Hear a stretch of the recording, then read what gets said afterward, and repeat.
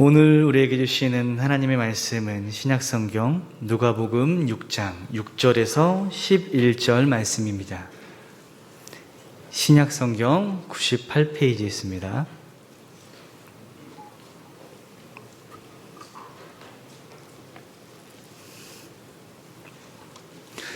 제가 봉독해 올리도록 하겠습니다.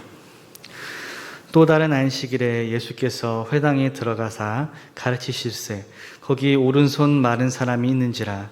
서기관과 바리새인들이 예수를 고발할 증거를 찾으려 하여 안식일에 병을 고치는가 엿보니 예수께서 그들의 생각을 아시고 손 마른 사람에게 이르시되 일어나 한가운데 서라 하시니 그가 일어나 서거늘 예수께서 그들에게 이르시되 내가 너희에게 묻노니 안식일에 선을 행하는 것과 악을 행하는 것, 생명을 구하는 것과 죽이는 것 어느 것이 옳으냐 하시며 무리를 둘러보시고 그 사람에게 이르시되 내 손을 내밀라 하시니 그가 그리하매 그 손이 회복된지라.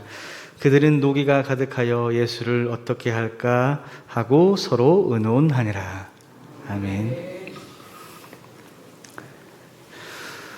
판도라의 상자라고 하는 것이 있는데요.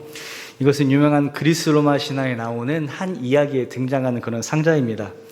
그 이야기를 잠깐 설명하면 이러한데요.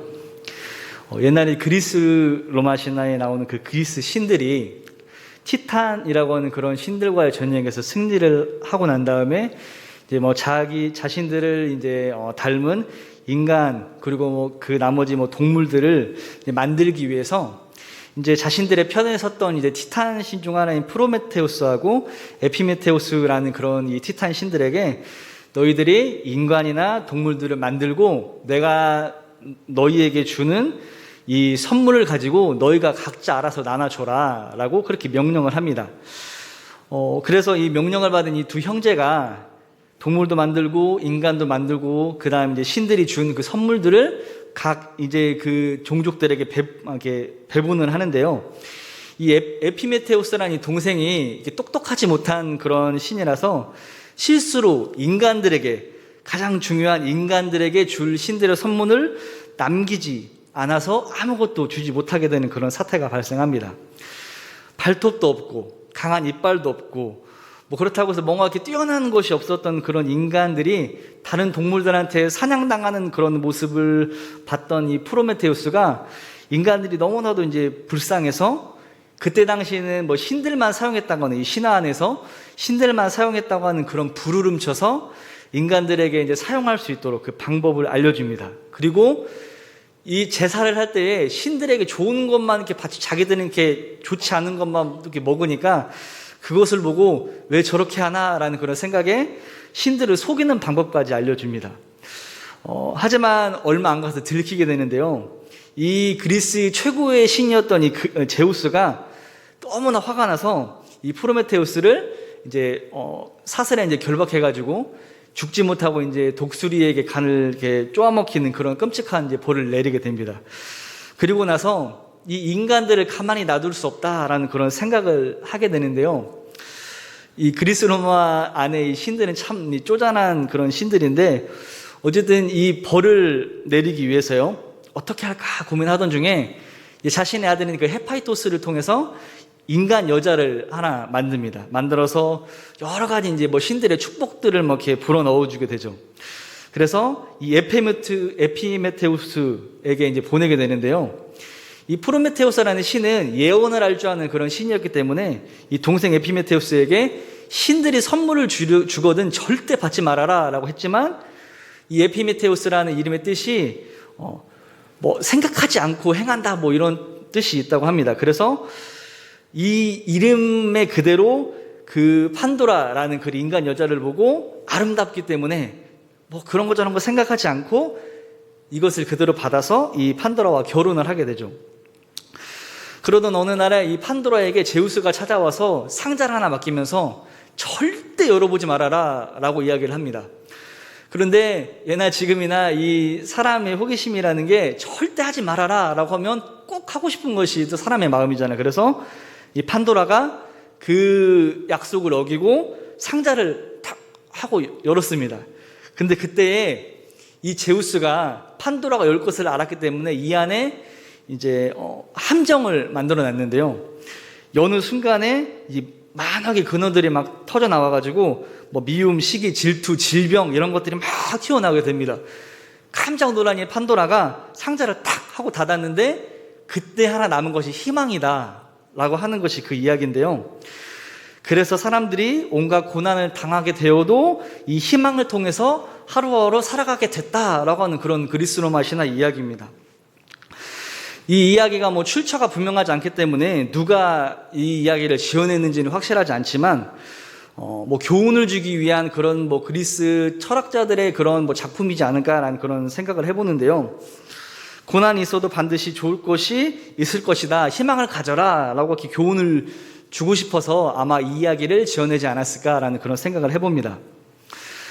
희망이라고 하는 것은 참 좋은 것인데요. 사람들은 희망을 가지고 있기 때문에 더욱더 힘을 내서 살아갈 수 있습니다. 언젠가는 더 행복할 것이라는 희망, 그리고 지금보다 더 나은 삶이 분명 있을 거라는 그런 희망은 우리들에게 큰 힘이 되어주곤 하죠. 그런데 오늘 이 성경에서 말씀하시는 그 희망, 본문 말씀을 통해서 우리에게 주시는 그 희망이라 함은 바로 희망은 예수님의 선물이고 희망은 예수님 자신이며 희망은 예수님의 이름으로 주시는 가장 큰 우리에게 주시는 그 선물이다라고 하는 사실을 말씀해 주고 계십니다. 이 희망이라고 하는 것은 흔히 절반이 차 있는 그런 잔을 보고 와, 그래도 절반이 남았구나 라고 하는 것이 아니다 라고 하는 것이죠. 그것은 그저 낙관주의고요. 낙관주의의 뭐 여러 가지 요소 중에 있는 그런 인간적인 태도다라고 하는 것이죠. 바울은 골로새 교인 신자들에게 여러분 가운데 계신 그리스도는 영광의 희망입니다 라고 이렇게 말합니다. 단순하게 기분 좋은 상태나 긍정적인 것에서 끝나는 것이 아니라 주님을 통해서 우리에게 주시는 놀라운 은혜다 라고 하는 그 사실을 말씀해 주고 계시는 거죠. 희망은 그저 낙관주의가 아닙니다.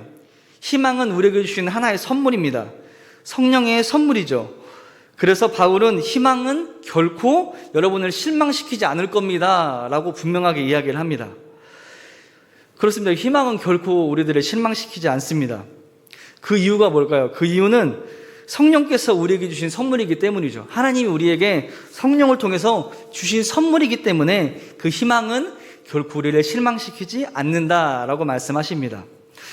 그리고 바울은 그 희망에 이름이 있다라고 말을 하는데요. 그 희망의 이름이 바로 우리 주 예수님이다 라고 하는 사실을 분명하게 말씀하고 있습니다. 우리는 간혹 이렇게 이야기를 하죠. 나는 세상에 희망을 두고 하나님께도 희망을 두겠습니다 라고 이야기합니다. 하지만 우리는 그렇게 말하면 안 되죠. 희망은 바로 주님께서 주시는 것이기 때문에, 그리고 주님만이 우리의 유일한 희망이시기 때문에 우리의 유일한 소망이 되시는 주님 안에 있지 않고는 그것을 희망이라고 말할 수 없다라고 우리에게 다시 한 번 더 이야기하고 계세요. 혹시나 여러분이 느끼는 그런 희망이 그저 기분 좋은 것에서 끝난다면 죄송한 말씀이지만 그것은 희망이 아닙니다. 희망은 낙관주의가 아니기 때문이죠. 기분이 좋다, 할 수 있다라는 그런 단어에 그냥 기분이 좋은 것으로 끝난다면 그것은 희망이 아니다라고 하는 거죠. 오늘 본문의 말씀은 예수님께서 안식일에 어떤 사람의 그런 오그라든 마른 손을 낫게 해주시면서 율법학자들과 바리새인들의 비난을 불러일으키신 그 이야기를 기록하고 있습니다.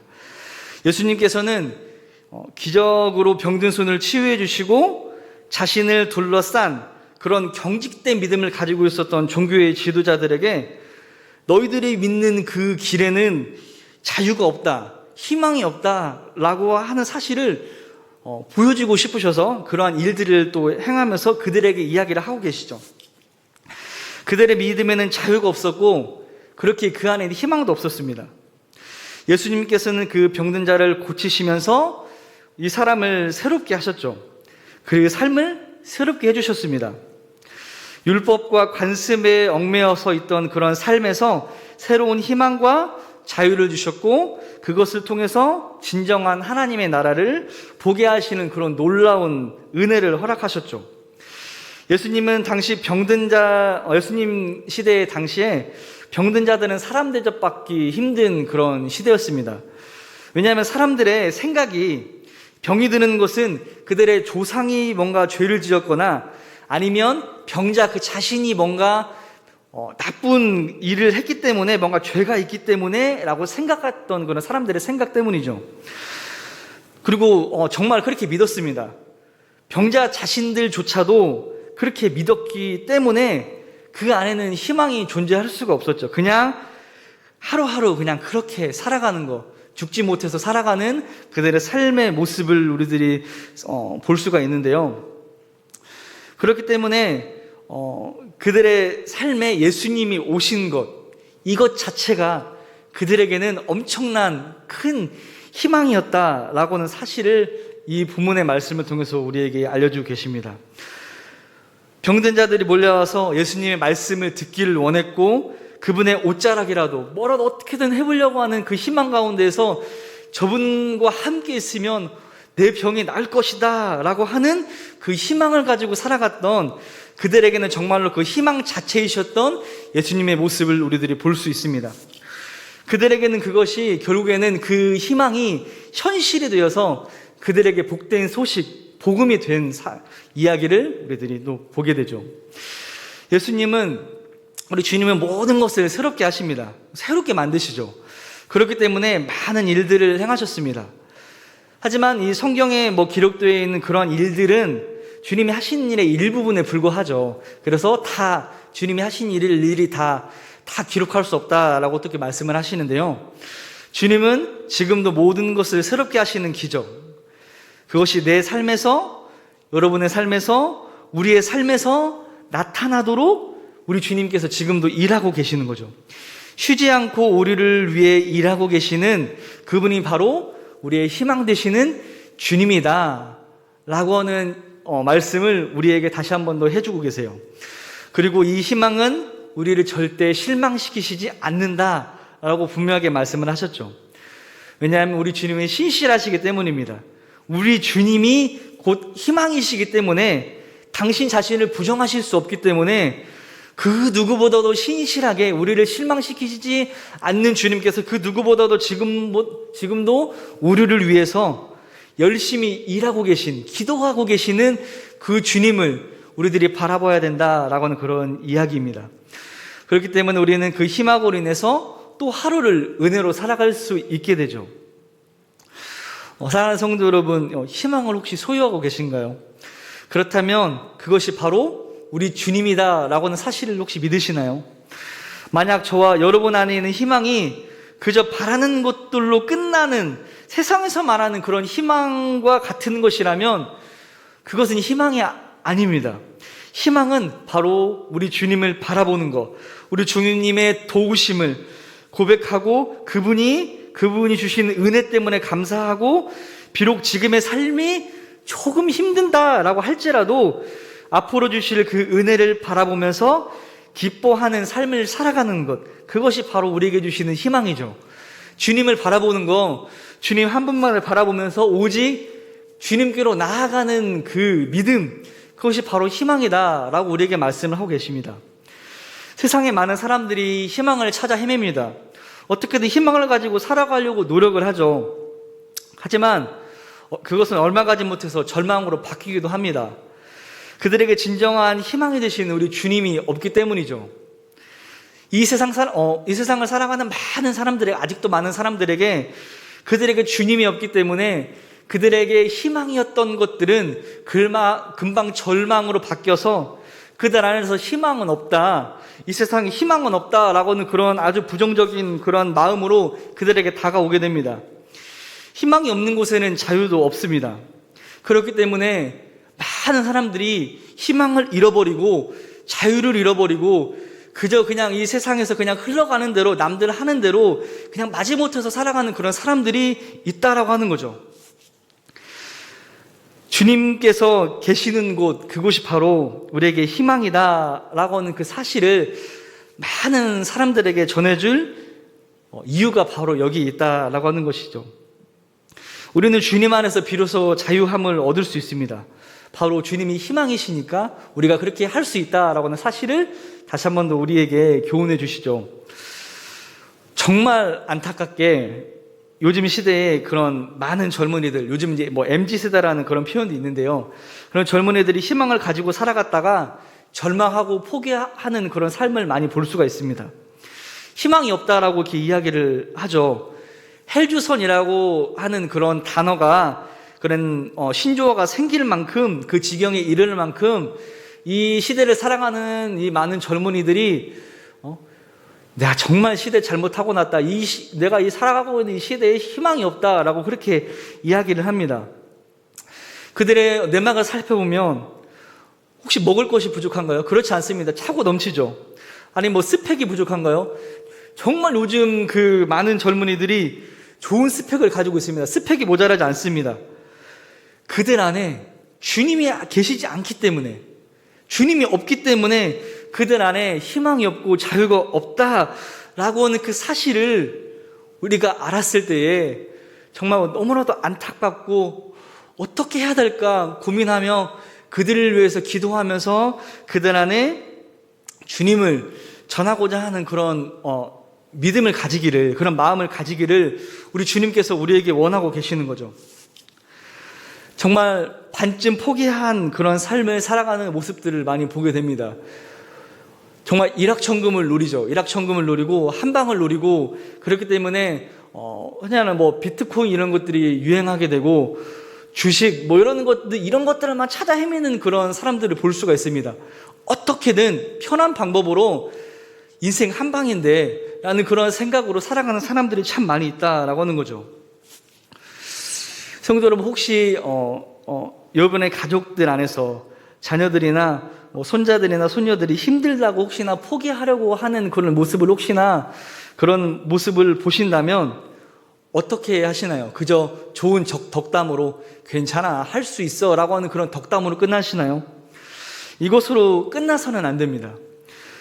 왜냐하면 우리의 희망이신 예수님이 계시기 때문에 그들 안에 예수님을 전함으로 인해서 비록 지금의 삶이 힘들다고 할지라도 그 끝에는 주님께서 주시는 놀라운 은혜가 있음을 그들에게 전함으로 인해서 정말로 희망 되시는 주님이 그들 안에 계실 수 있도록 전하는 그 모습이 필요하다라고 하는 것들을 다시 한 번 더 우리에게 주님께서 말씀하고 계세요. 우리는 우리에게 주시는 이 희망을 절대 놓쳐서는 안 됩니다. 우리는 너무나도 약하기 때문에 희망 없이 살아갈 수 없습니다. 희망이 없으면 정말 쉽게 넘어지고 절망하는 그러한 연약한 그런 존재가 바로 우리들이죠. 그렇기 때문에 우리는 주님 없이는 한순간도 살아갈 수 없음을 우리가 반드시 기억해야 합니다. 세상에 많은 사람들이, 주님을 모르는 사람들이, 그 사람들은 주님이 계시는지 안 계시는지 그런 것들 별로 상관없다고 생각할지 모르겠지만 믿은 저와 여러분은 알고 있지 않으신가요? 주님이 없으면 안 된다라고 하는 사실을 우리가 우리 삶에서 느끼고 이미 우리는 체험하고 살아가고 있습니다. 그렇기 때문에 우리들이 이것을 잊지 말고 기억하면서 우리의 사랑하는 사람들에게, 아직 주님을 모르는 그 사람들에게, 그 사람들이 희망을 잃지 않고 살아갈 수 있도록, 더욱더 행복한 삶을 살아갈 수 있도록, 희망 가운데 자유함을 얻을 수 있도록 주님을 전하는 그 놀라운 그 은혜의 모습이 우리 가운데 있어야 된다라고 하는 사실을 우리들에게 말씀하시죠. 우리 희망이 되시는 우리가 주님 안에서 살아갈 때에 저와 여러분의 삶에 자유가 생길 겁니다. 자유가 가득할 거예요. 그래서 주님은 우리에게 말씀하셨죠. 진리가 너희를 자유롭게 할 것이다 라고 말씀을 하셨습니다. 우리 주님이 진리이시고, 우리 주님이 참된 구원이시고, 우리 주님만이 희망이시고 우리 소망이시고 우리의 모든 것이기 때문에 그 주님 안에서 우리가 자유로울 수 있는 것이죠. 우리가 이것들을 다시 한 번 더 아는 말씀이지만, 우리가 잘 알던 말씀이지만 다시 한 번 더 우리 안에 기억하면서 우리가 우리의 희망 되시는 주님 안에서 다시 한 번 더 그 희망을 더 강하게 붙잡고 이것을 절대 놓지 않겠다라고 하는 그런 강력한 그 믿음을 소유하는 우리 모두가 되기를 원하면서 나만 그렇게 사는 것이 아니라 더 중요한 것은 나뿐만 아니라 내 주위에 있는 사람들, 우리의 이웃들, 내가 사랑하는 사람들, 그들도 자유를 느낄 수 있도록 희망 가운데 거할 수 있도록 하는 것이 또 우리에게 맡겨주신 또 주님의 지상 명령이잖아요. 그래서 우리가 이것들을 잊지 않고 또 우리 22년 또 표어를 또 우리가 기억하면서 우리가 전하고 기도하면서 우리 주님의 증인이 되는 그런 삶을 살아가기에 부족함이 없도록 우리는 희망을 붙잡고 살아가야겠죠. 저와 여러분의 삶에 있어서 정말 우리가 나이가 어리고 적고 이런 것을 떠나서 우리 삶에서 분명 어떤 고난이나 절망이나 이런 것들이 개개인에게 분명 있을 수 있지만 그럼에도 불구하고 우리가 힘을 낼 수 있는 것은 그 가운데 우리 주님께서 우리와 함께 하셔서 우리의 희망이 되어주시기 때문에 우리는 정말 힘을 얻어서 살아갈 수 있습니다. 이것들을 사랑하는 성도 여러분, 저와 여러분이 다시 한번 이것들을 기억하고 잃지 않으면서 우리의 삶에 있어서 다시 한 번 더 이것들을 다짐하고 나아가면서 그냥 아는 데에서만 끝나는 것이 아니라 이것들을 우리의 삶에서 잘 주님의 은혜로서 살아갈 수 있도록 필요한 것이 말씀을 또 묵상하고 기도하는 것이 우리에게 반드시 필요하겠죠. 그 주님의 말씀을 통해서 또 우리 주님께서 우리에게 교훈하시고 또 기도하면은 성령님께서 또 우리에게 또 은혜를 베푸셔서 우리에게 희망이 있다라고 하는 사실을 다시 한 번 더 우리에게 교훈하시기 때문에 우리의 삶에서 날마다 말씀을 묵상하고 기도하는 데에 힘쓸 수 있는 우리 모두가 되기를 간절히 소망합니다.